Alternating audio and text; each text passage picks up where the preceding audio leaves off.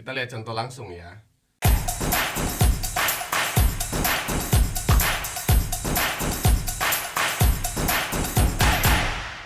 Hai guys, welcome to channel Fakta Trading. Di channel ini saya Minfa akan banyak membahas tentang trading saham. Jadi buat kalian yang belum subscribe dulu aja ya, biar nggak ketinggalan. Kali ini saya akan membahas tentang dividen saham guys. Yuk. Di video sebelumnya saya pernah mention tentang dividen ya, tapi kali ini kita bahas lebih detail ya. Jadi dividen itu guys adalah pembagian laba perusahaan kepada pemegang saham berdasarkan banyaknya jumlah saham yang dimiliki. Oke, jadi kalau kita punya saham, kita bisa dapat dividen ya. Dividen yield, pernah dengar gak? Mungkin kamu udah pernah dengar, atau buat yang baru pertama kali dengar, nggak apa-apa juga, kita sekalian belajar. Kita lihat contoh langsung ya. Misalnya, di contoh ini perusahaan Mayora akan bagi dividen Rp52 per lembar saham. Jadi, kalau misalnya harga penutupan hari ini, tadi saya lihat penutupannya di harga 2.230 per lembar saham. Kalau misalnya dia bakalan bagi dividen Rp52 dan kita punya saham Mayora di harga 2.230, maka dividen yieldnya adalah 52, yang ini adalah dividen dibagi dengan 2.230. Jadi dividen yieldnya adalah 2,3%. Nah, gimana kalau misalnya ada yang punya saham Mayora di harga 1.000? Ya berarti dividen yieldnya adalah 52 dibagi dengan 1.000, berarti 5,2%. Kalau misalnya ada yang punya saham Mayora di harga 100 misalnya, udah lama banget dia punya, berarti dividen yieldnya itu adalah 52%. Jadi teman-teman pasti udah paham ya, dividen yield itu maksudnya apa? Dividen yang diterima dibagi dengan harga sahamnya. Berikutnya kita mungkin juga pernah dengar dividen payout ratio atau DPR. Apa ya itu dividen payout ratio? Gampangnya seperti ini guys. Kalau misalnya perusahaan laba bersihnya, contohnya misalnya laba bersihnya itu 200 miliar di tahun 2020.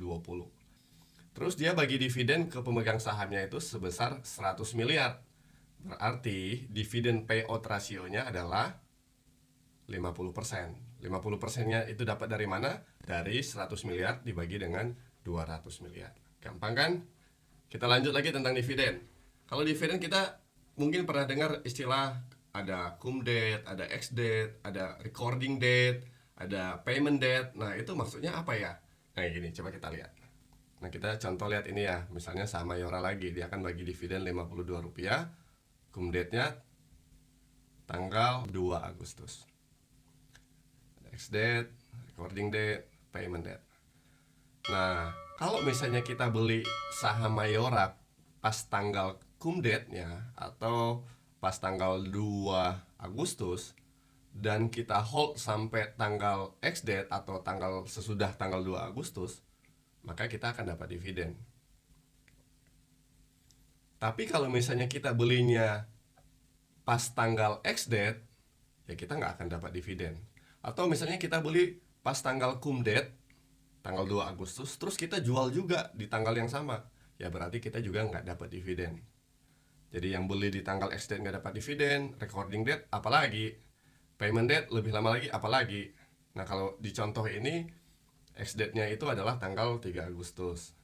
Jadi kalau kamu beli saham Mayora di tanggal 3 Agustus ya nggak akan dapat dividen. Jadi gampang banget ya, nggak usah pusing dengan istilahnya yang susah-susah. Pokoknya kalau misalnya kamu beli pas tanggal cum date dan tanggal sebelum cum date dan hold sampai tanggal ex date, ya berarti teman-teman dapat dividen.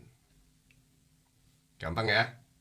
Nah, ada lagi istilahnya dividen trap. Biasanya kan banyak yang, wah kalau begitu denger dividen, wah saya mau beli sahamnya gitu. Jadi ada resikonya juga. Ini biasanya terjadi ya, bukan pasti, nggak selalu seperti ini, tapi kebanyakan seperti ini.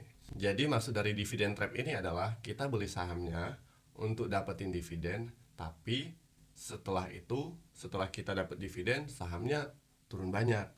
Kita lihat contohnya di saham MPMX ya. Jadi MPMX ini tanggal 29 Mei harganya masih di 635 penutupannya terakhir. Nah, dia bagi dividen ex date-nya itu tanggal 2 Juni, harga sahamnya dari harga penutupan kemarin langsung turun